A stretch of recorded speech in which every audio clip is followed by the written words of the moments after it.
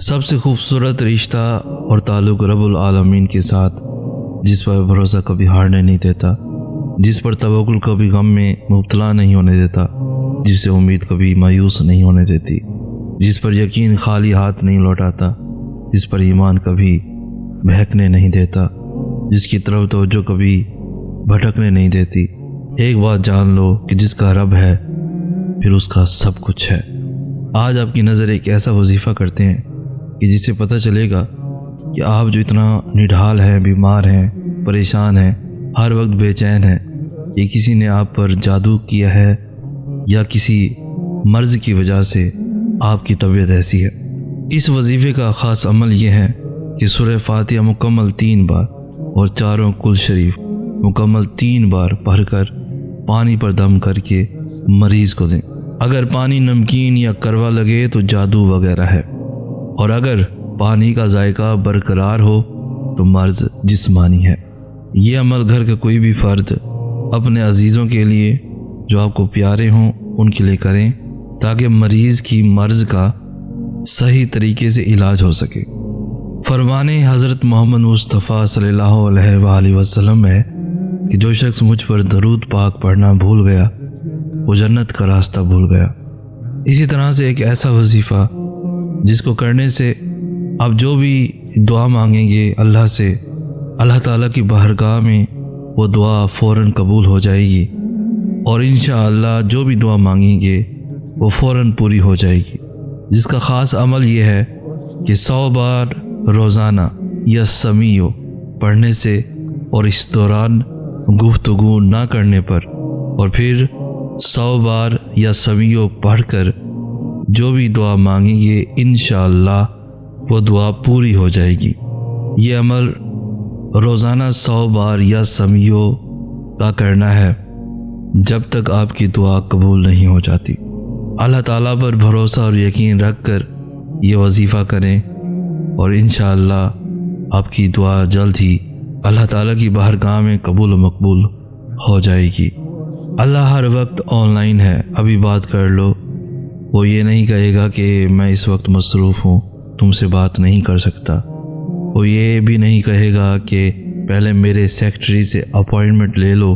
وہ تو ہر وقت تمہاری کال کا منتظر ہے، تمہیں ویلکم کرے گا، خوش ہوگا، تمہارے گناہ بخش دے گا، تم پر رحمت کرے گا، تمہاری دعاؤں کے مقابلے میں کئی گنا زیادہ دے گا، دنیا میں بھی اور آخرت میں بھی۔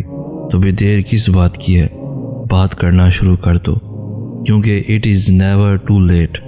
ملاؤ رابطہ، لائن ڈیڈ ہو جانے سے پہلے، بس یہی ڈیڈ لائن ہے تمہارے لیے۔ کچھ لوگ کہتے ہیں کہ اللہ کو گن گن کر یاد کرنے کی کیا ضرورت ہے۔ یہ بات وہی کہتا ہے جو تسبیح کو جانتا نہیں۔ تسبیح اور ذکر میں فرق ہے۔ تسبیح گنی ہوئی ہے، ذکر انگنت ہے۔ ہر مخلوق اللہ کی تسبیح کرتی ہے، ہر مخلوق کی اپنی تسبیح ہے، مگر انسان کی ایک نہیں کئی تسبیحات ہیں۔ اگر گنے گا نہیں تو کئی تسبیحات مسلسل کیسے کرے گا؟ اللہ اندازے سے گن کر بھی دیتا ہے اور بے انداز بھی دیتا ہے، اس لیے اللہ کو ہر رنگ سے یاد کرنا ہوتا ہے، گن کر بھی اور بغیر گنے بھی۔ انسان کی فطرت ہے کہ اس کا دل بھر جاتا ہے، لوگ اس کے دل سے اتر جاتے ہیں یا پھر دل سے نکال دیے جاتے ہیں۔ حقیقت تو یہ ہے کہ انسان ہمیشہ کے لیے نایاب نہیں رہتا، اور نہ ہی کسی کے دل میں ہمیشہ کے لیے قیام کر سکتا ہے۔ یہاں لوگ مرنے والوں پر دو آنسو بہا کر پھر سے اپنی زندگیوں میں مگن ہو جاتے ہیں، اور تم چاہتے ہو کہ تم لوگوں کی زندگیوں میں خود کو ضروری پاؤ، جبکہ محض ایک ضرورت کی طرح استعمال کیے جاتے ہو۔ وہ کہتے ہیں نا کہ انسان کی قدر صرف 2 بار ہوتی ہے، ملنے سے پہلے اور کھو دینے کے بعد۔ بہتر ہے کہ ایسے لوگوں سے خاموشی سے بغیر کسی شکوہ شکایت کیے دور ہو جانا چاہیے، کیونکہ وقت انسان کی قدر سکھا دیتا ہے، مگر اس وقت ہمیں ان کی طلب نہیں رہتی، پھر پس ان کے پاس ملال کے علاوہ کچھ نہیں ہوتا۔ حضرت امام علی علیہ السلام فرماتے ہیں، زندگی میں کسی کو اپنا عادی مت بنانا، کیونکہ انسان بہت خود غرض ہے۔ جب آپ سے محبت کرے گا تو آپ کی برائی بھول جاتا ہے، اور اگر نفرت کرے گا تو پھر آپ کی اچھائی بھول جاتا ہے۔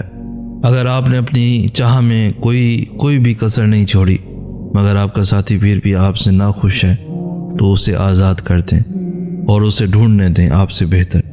یقین کریں محبت ٹھکرانے والے کی طرف محبت کبھی پلٹ کر نہیں آتی۔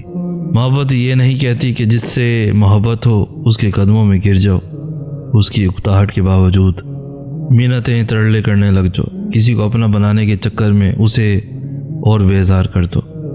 محبت یہ بھی نہیں کہتی کہ اگر محبت نامحرم سے ہے تو ماں باپ کی حق تلفی کر دو، ان کا سر جھکا دو، اللہ کی محبت میں تجاوز کر جاؤ، بہن بھائیوں کا مان توڑ دو اور صرف اپنے نفس کی پیروی میں لگ جاؤ۔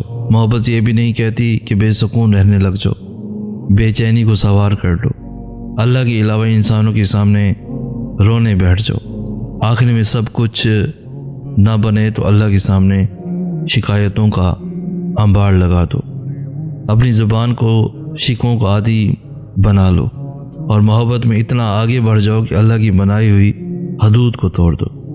اگر ایسا ہے تو وہ سب کچھ ہو سکتی ہے مگر محبت ہرگز نہیں ہو سکتی۔ محبت تو کہتی ہے تم غم نہ کرو، بس صبر کرو، میں صبر کرنے والوں کے ساتھ ہوں۔ زندگی میں عجیب چیزیں ہو جاتی ہیں، قریب ترین رشتے دھوکہ دے جاتے ہیں، نیتوں میں سوراخ ہو جاتے ہیں، جن لوگوں کی قسم کھائی جا سکتی ہے وہ دغا دے جاتے ہیں۔ ایسی خبریں ملتی ہیں کہ انسان کانوں اور آنکھوں پر اعتبار کھو بیٹھتا ہے۔ آخر انسان یہ سب کیسے کر لیتا ہے؟ اندرونی غم باہر کی جوانی کھا جاتے ہیں اور لوگ بس پوچھنے آتے ہیں کہ چہرے کا وہ رونق کہاں چلا گیا، لیکن چہرہ پڑھتے نہیں کہ انسان اندرونی غم اس انسان کو کھا رہے ہیں جو اس انسان کے اندر دبے پڑے ہیں، جس کا کسی سے بھی ذکر نہیں کر پاتا۔ کبھی سوچا ہے دوسروں کو اپنی باتوں سے حوصلہ دینے والے خود کتنا ٹوٹے ہوئے ہوتے ہیں، دوسروں کو ہنسانے والے خود اندر ہی اندر کتنا رو رہے ہوتے ہیں۔ کبھی سوچنا ان کے بارے میں بھی جو تمہاری خواہشات پوری کرنے کو اپنی خواہشات مارتے ہیں۔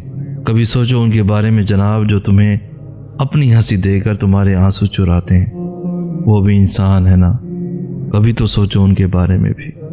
صبر ہمیشہ بڑی بڑی آزمائشوں میں ہی نہیں بلکہ زندگی کی چھوٹی چھوٹی چیزوں میں بھی کرنا ہوتا ہے، کبھی کسی کا تلخ لہجہ برداشت کر کے تو کبھی کسی کے لیے اپنی چھوٹی چھوٹی خوشیاں قربان کر کے۔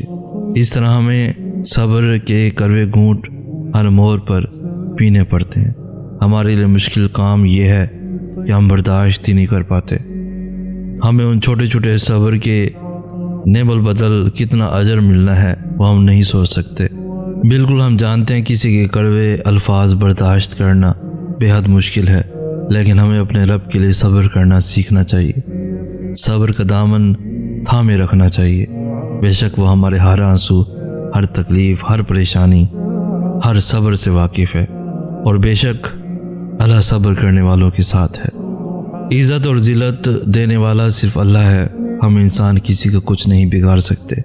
آپ کیا سمجھتے ہیں لوگ آپ کو برا بھلا کہیں گے تو آپ رسوائے زمانہ ہو جائیں گے، آپ پر تہمت لگائیں گے تو آپ کی عزت چلی جائے گی، لوگ آپ کے بارے میں باتیں کریں گے تو آپ کبھی سر اٹھا نہیں سکیں گے۔ سنیں، لوگوں کا تو کام ہے باتیں کرنا۔